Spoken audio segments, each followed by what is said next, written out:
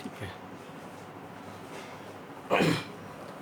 नमस्कार मित्रों, कैसे हैं आप सब लोग। आशा करता हूं कि आप सब लोग घर पर सकुशल होंगे। मित्रों, आज हम सब लोग भारतीय राज्य व्यवस्था में भाग नंबर 5 के अंतर्गत किन किन चीज़ों का वर्णन किया गया है उसको हम लोग समझेंगे। देखिए, हम लोगों ने समझ लिया था कि भारतीय संविधान में, भारतीय राज्य व्यवस्था में भाग 1 में संघ और उसके राज्य क्षेत्रों का वर्णन है, भाग 2 में नागरिकता संबंधी प्रावधान है, भाग 3 में उन नागरिकों को जो मूल अधिकार प्रदत्त किए गए हैं उनका वर्णन है, भाग 4 में राज्य के नीति निर्देशक तत्वों का उल्लेख मिलता है और भाग 4 का में जो है मौलिक कर्तव्य मिलते हैं। इतना हम लोगों ने जान लिया था, हम लोगों ने भाग 4 तक पढ़ लिया था। आज हम लोग समझेंगे भाग 5 में किन किन चीज़ों का उल्लेख जो है वो किया गया है। देखिएगा, भाग 5 जो है उसका आप नाम पढ़ सकते हैं द यूनियन, यानी कि संघ। और कहाँ से कहाँ तक है तो हम कहेंगे अनुच्छेद नंबर 52 से 151 तक संघ नाम से भाग 5 है आपका। इस भाग को क्या किया गया है, भाग नंबर 5 को कितने अध्यायों में, देखिए भाग नंबर 5 है, उसको 5 ही अध्यायों में क्या किया गया है, बांटा गया है। तो इसको चाहे तो आप संघ कह लीजिएगा या संघीय सरकार कह लीजिएगा भाग 5 को। तो इस संघीय सरकार नाम के जो भाग 5 है तो उसको हम 5 अध्यायों में बांट करके पढ़ सकते हैं। 5 अध्यायों में इसको बांटा गया है। किन किन 5 अध्यायों में बांटा गया है, आइए समझते हैं। देखिए, अध्याय नंबर 1 में संघीय कार्यपालिका का उल्लेख है। अध्याय नंबर 1 में संघीय कार्यपालिका का उल्लेख है, अनुच्छेद 52 से 78 तक। इसका क्या काम है, कानून का क्रियान्वयन करना।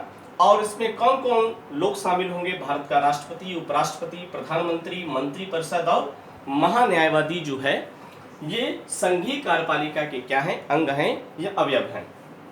अध्याय 2 में जो संघीय व्यवस्थापिका है जिसका उल्लेख अनुच्छेद 79 से लेकर के 122 में मिलता है। तो इसका क्या काम है, जो संघीय व्यवस्थापिका है यानी कि जो हमारी संसद है उसका क्या काम है, कानून का निर्माण करना, विधि का निर्माण करना। और इसके कौन कौन से अंग हैं तो हम समझ सकते हैं कि संसद के 3 अंग हैं, राष्ट्रपति, लोकसभा और राज्यसभा। तो ये संघीय व्यवस्थापिका के क्या हैं, 3 भाग हुए, अनुच्छेद 79 से 122 तक।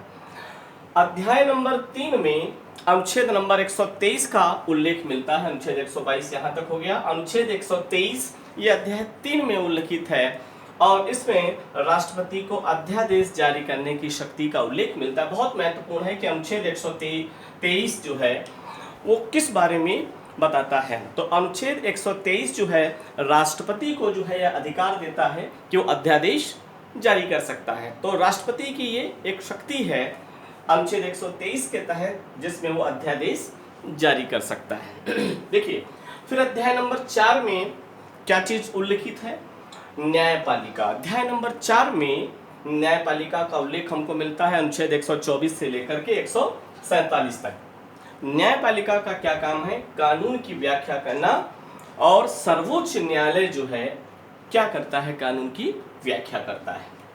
अध्याय 5 में जो सीएजी है, भारत का नियंत्रक और महालेखा परीक्षक, अनुच्छेद 148 से लेकर के 151 तक इसका उल्लेख मिलता है। और इसका क्या कार्य होता है, जो भारत सरकार है उसके लेखे जोखे को, वित्तीय जो लेखा जोखा है उसको जो है वो देखना। तो इस तरीके से जो संघीय सरकार है उसे 5 भागों में बांटा गया है। आप इसको आसानी से ऐसे समझ सकते हैं कि देखिएगा, जो संघीय व्यवस्थापिका है, जो हमारी संसद है, उसका क्या काम है, उसका काम है कानून बनाना।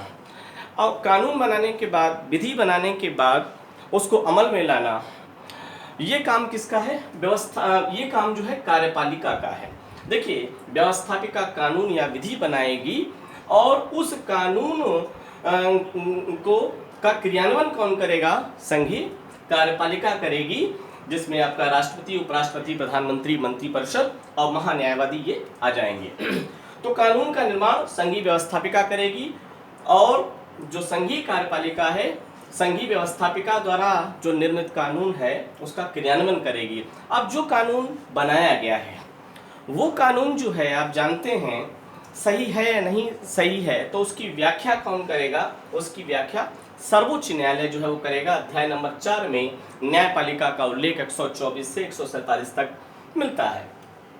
बाकी अनुच्छेद 123 राष्ट्रपति को अध्यादेश जारी करने की शक्ति जो है वो प्रदान करता है। तो इस तरीके से भाग नंबर 5 में आप याद रखिएगा संघीय सरकार का उल्लेख है। संघीय सरकार, द यूनियन, इसके बारे में हम लोग पढ़ते हैं, इसके बारे में हम लोग जानते हैं और इसे हम 5 अध्यायों में बांट करके पढ़ते हैं।